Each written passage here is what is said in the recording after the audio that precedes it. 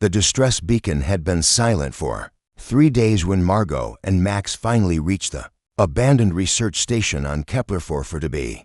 The planet's crimson forests stretched endlessly beneath a violet sky, and the air hummed with the buzz of alien insects that had evolved in isolation. For millions of years, scanners show no life signs inside, Max said, adjusting his plasma rifle. His jaw was tight, eyes scanning the tree line. But something took out a team of 12 scientists. We need to be careful.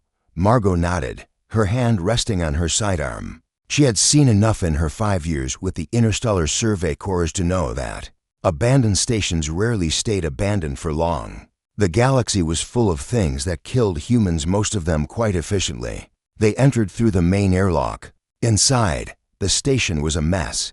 Overturned furniture, shattered equipment, and long claw marks scored deep into the metal walls. Whatever had attacked this place was powerful, and it had been angry blood, Max whispered, kneeling beside a dark stain on the floor. But it's not human. Look at the color, almost black. Margot approached a nearby console and pulled up the station's final logs. The holographic display flickered to life, showing Dr. Chen's terrified face. Day 47 of observation. Dr. Chen's recorded voice trembled. We've made a critical error. The creature we've been studying, the apex predator of this planet, we didn't realize. It was nesting nearby. We took samples. We took her cubs for study. God help us, she knows. She's coming for them. The recording cut to static. They took her babies, Margot said quietly, a knot forming in her stomach. That's why she attacked. A roar split the air, deep, primal, and filled with a rage that transcended species. The entire station shook. Both humans spun toward the sound, weapons raised. Through the reinforced observation window, they saw it. The creature stood nearly 4 meters tall, covered in obsidian scales that seemed to absorb light. 6 eyes burned like molten gold, and its massive jaws could easily crush a human skull. Forearms ending in razor claws scraped against the plasteel barrier. It was magnificent and terrifying, evolution's perfect killing machine, and it was staring directly at them. Fall back, Max shouted, but Margot held up her hand. Wait, she said. Listen. Beneath the roaring, there was something else. A high-pitched keening, not from the massive predator outside, but from somewhere deeper in the station. The cubs. Margot realized. They're still here. She bolted down the corridor, ignoring Max's protests. Following the sound, she found herself in the biology lab.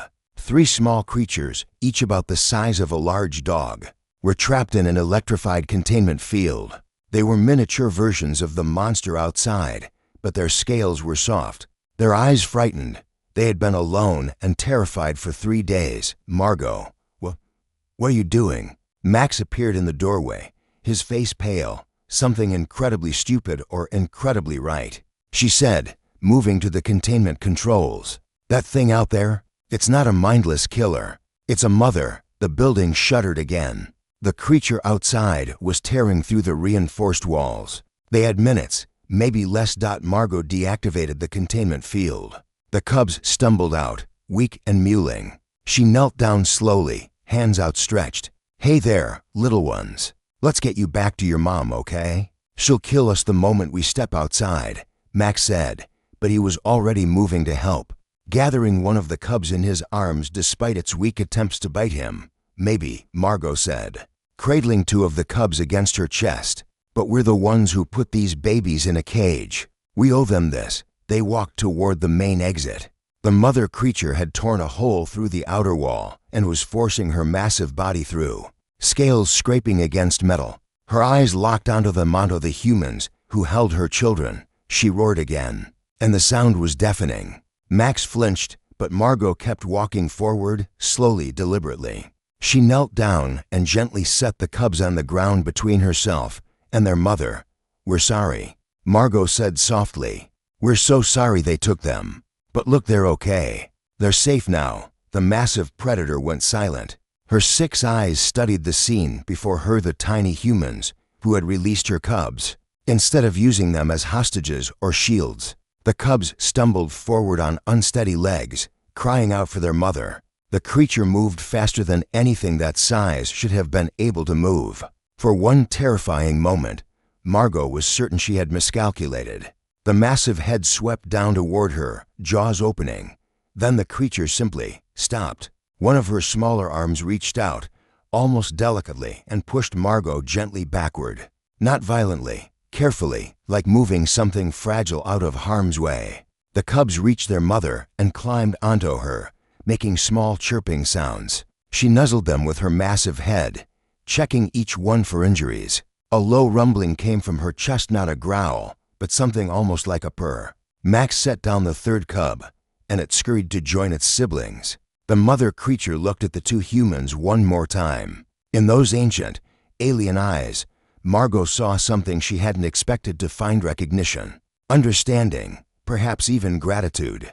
Then the massive predator turned and crashed back into the forest, her cubs clinging to her scales, and within moments they had disappeared into the crimson undergrowth. Max let out a breath he'd been holding. "We just survived an encounter with the deadliest predator on this planet." "No," Margot said, watching the forest where the creature had vanished. "We just learned something important. Deadly doesn't mean evil. Predator doesn't mean monster. She was just a mother protecting her children. Something any human would do." She turned back to the ruined station. "Come on, we need to report what happened here, and make damn sure the next team understands when you're out here studying alien life. Remember that they're not just specimens. Their lives, their families." As they prepared their report, Margot added a note to the planet's file. Kepler-440b's apex predator shows remarkable intelligence and emotional capacity. Approach with respect, not fear. Harm to offspring will result in lethal defensive behavior, a trait humans should recognize and honor. Sometimes, she thought, humanity's greatest strength wasn't its weapons or its technology. It was the ability to see themselves in the eyes of something utterly alien, and to choose compassion over fear. That was the moment when the galaxy's deadliest predator could have killed them both, but instead, she let them live.